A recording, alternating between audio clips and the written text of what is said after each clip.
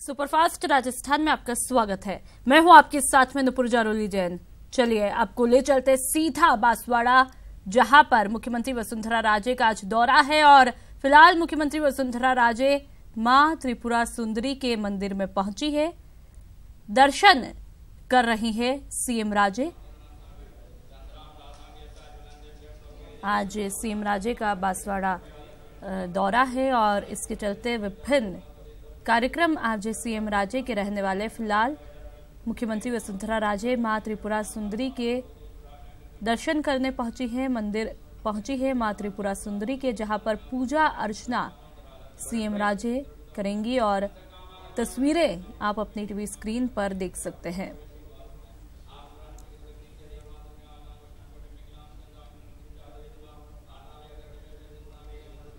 और इस दौरान सीएम राजे के साथ स्वामी उत्तम भी साथ में मौजूद रहे। इन तस्वीरों के जरिए आप देख सकते हैं सीएम राजे ने आशीर्वाद लिया यहाँ पर मंदिर में पुजारी का, और तस्वीरें लगातार आप टीवी स्क्रीन पर देख सकते हैं। त्रिपुरा सुंदरी के दर्शन कर रही हैं मुख्यमंत्री वसुंधरा राजे। इससे पहले बाबा रामदेव की योग शिविर में शिरकत की थी, वहां पर संबोधन दिया था अपना, और साथ ही ट्राइबल यूनिवर्सिटी का शिलान्यास भी सीएम राजे ने आज अपने हाथों किया, जो कि वागड़ क्षेत्र के लिए बड़ी सौगातों भरा दिन इसके चलते कहा जा सकता है कि रहने वाला है। और अब त्रिपुरा सुंदरी मंदिर में पहुंची है। मां त्रिपुरा सुंदरी के दर्शन सीएम राजे कर रही हैं। पूजा अर्चना भी यहां पर मुख्यमंत्री वसुंधरा राजे ने की और इस दौरान स्वामी उत्तम भी उनके साथ में मौजूद हैं। और लगभग 9:25 पर दिल्ली के लिए रवाना होंगी सीएम राजे।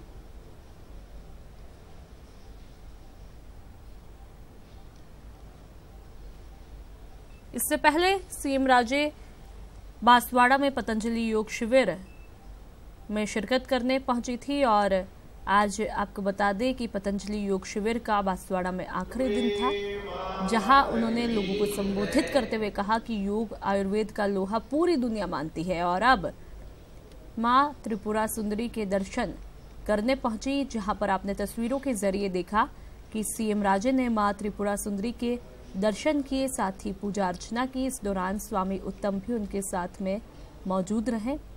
विधि विधान से पूजा अर्चना सीएम राजे द्वारा की गई।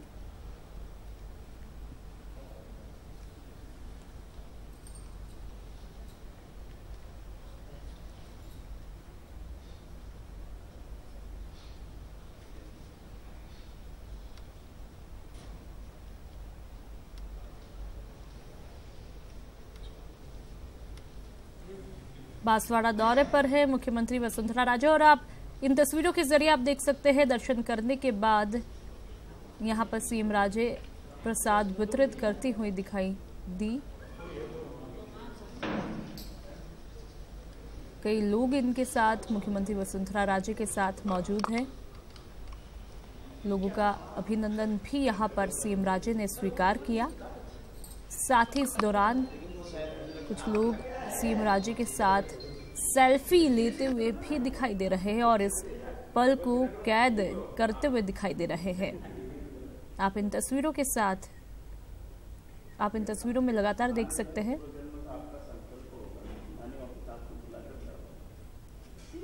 इससे पहले गोविंद जनजातीय विश्वविद्यालय का शिलान्यास भी अपने हाथों से मुख्यमंत्री वसुंधरा राजे ने किया।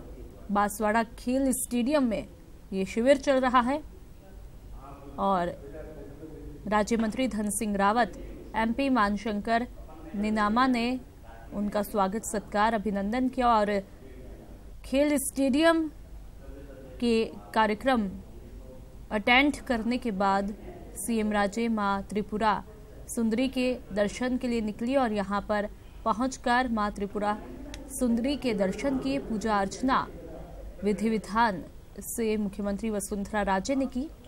इस दौरान मंदिर में कुछ लोगों से मुखातिब होती हुई भी सीएम राजे दिखाई दे रही हैं।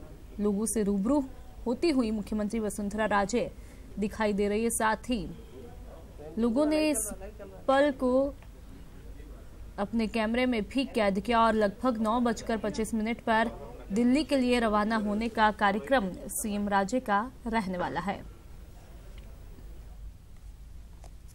और बड़ी खबर यूपी के कुशीनगर से मिल रही है, जहां पर दर्दनाक हादसा हुआ है। स्कूली बस को ट्रेन ने टक्कर मार दी और बस में बैठे 13 स्कूली बच्चों की मौके पर ही मौत हुई। आपको बता दें, डिवाइन पब्लिक स्कूल की बस बताई जा रही है। थावे बढ़नी पैसेंजर से ये हादसा हुआ।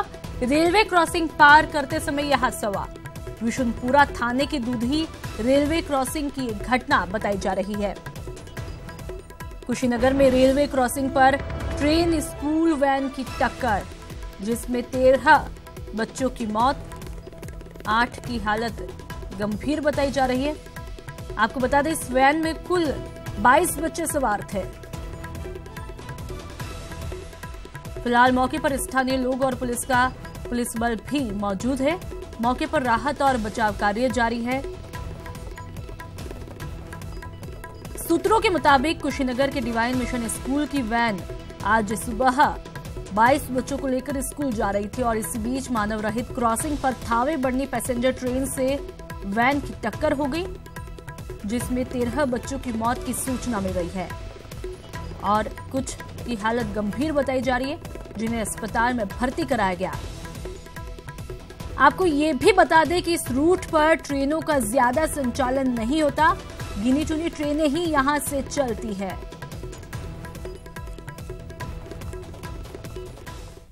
और झारखंड के चतरा के गंधरिया मोड़ पर दर्दनाक सड़क हादसा हुआ और इस हादसे में 9 बारातियों की दर्दनाक मौत हो गई, जबकि 8 बाराती घायल हुए हैं। इनमें से 6 घायलों को रांची के रिम्स में एडमिट कराया गया। इटखोरी के सीरिया गांव से सवारी गाड़ी में सवार होकर ये सभी बाराती मंगरदाहा गांव जा रहे थे और तभी नशे में धुत ड्राइवर ने गाड़ी से नियंत्रण खो दिया और गंधरिया मोड़ के पास ये गाड़ी पेड़ से जा टकराई। और अब बात करते हैं बलात्कारी बाबा आसाराम की। जोधपुर से बड़ी खबर, कड़ी सुरक्षा में है कैदी नंबर 130 यानी कि आसाराम। जोधपुर सेंट्रल जेल पर अभी भी है पुलिस का कड़ा पहरा। आसाराम की तरफ से आज हाईकोर्ट में याचिका पेश की जा सकती है। सजा निलंबन कराने को लेकर याचिका पेश की जा सकती है, साथ ही जमानत अर्जी भी आज पेश की जा सकती है। जोधपुर SC/ST कोर्ट ने नाबालिग बच्ची से दुष्कर्म के केस में उम्र कैद की सजा आसाराम को सुनाई है और आसाराम मरने तक जेल में ही अब रहेगा। आसाराम की दिनचर्या में अब बड़ा बदलाव भी हुआ है। आसाराम को एक कैदी की तरह आज सुबह उठाया गया। आसाराम ने सुबह थोड़ा योगा किया और उसके बाद जेल से मिलने वाले नाश्ते को किया और इसके साथ ही आसाराम की कैदी वाली जिंदगी की अब शुरुआत हो चुकी है। अब आसाराम को सामान्य कैदी की ही तरह जेल में काम भी करना पड़ेगा।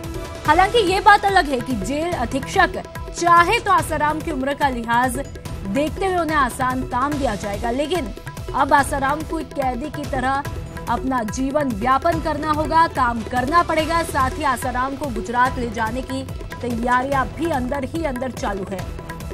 गुजरात पुलिस अब कभी भी आसाराम को यहां से ले जा सकती है। अब देखने वाली बात यह है कि आसाराम कब तक जयपुर सेंट्रल जेल में कैदियों वाले कपड़े पहनकर 130 में काम करता दिखाई देगा।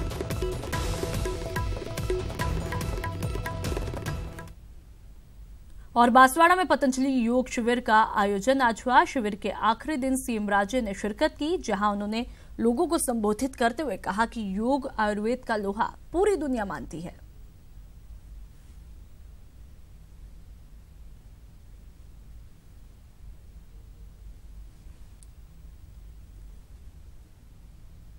तस्वीरें आपकी टीवी स्क्रीन पर। सीएम राजे बांसवाड़ा दौरे पर हैं, जहां उन्होंने वागड़ को सौगात दी और सीएम राजे ने ट्राइबल यूनिवर्सिटी का शिलान्यास किया। इस दौरान उन्होंने कहा कि यूनिवर्सिटी का काम जल्द ही शुरू होगा। करीब 1 लाख बच्चे इसमें एनरोल होंगे। और अब आपको ले चलते कर्नाटक के बीजेपी उम्मीदवारों को नमो मंत्र पीएम नरेंद्र मोदी दे रहे हैं यहाँ पर जीत का मंत्र। नमो ऐप के जरिए बातचीत प्रधानमंत्री नरेंद्र मोदी कर रहे हैं। कभी बीच बीच में अंग्रेजी में कर लूंगा। कर्नाटक के विकास के लिए भारतीय जनता पार्टी का 3 सूत्रीय एजेंडा है। डेवलपमेंट, फास्ट पेस डेवलपमेंट और all round development. Development, development, development, विकास, विकास, विकास। भाजपा ने पॉलिटिक्स ऑफ डेवलपमेंट को प्राथमिकता दी है और चीजों में उलझने के बजाय डेवलपमेंट पर ही ध्यान केंद्रित करके हम सरकार भी चलाते हैं, चुनाव के मैदान में भी जाते हैं और जनता के बीच भी डंके की चोट पर आंख में आंख मिला करके डेवलपमेंट के मुद्दों की बात करते हैं। मैं जानता हूं पहले राजनीतिक दल, सरकारें डेवलपमेंट के मुद्दों से कतराती थी, डरती थी, चर्चा करना पसंद नहीं करती थी, क्योंकि डेवलपमेंट ऐसी चीज है जिसको नापा जा सकता है, मेजरेबल होती है। पहले क्या था, अब क्या है, पहले गति कितनी थी, अब गति कितनी है, पहले कहां पहुंचे थे, अब कहां पहुंचे, इसका लेखा जोखा होता है। और ये उन राजनीतिक दलों को मंजूर नहीं है, क्योंकि जिन्होंने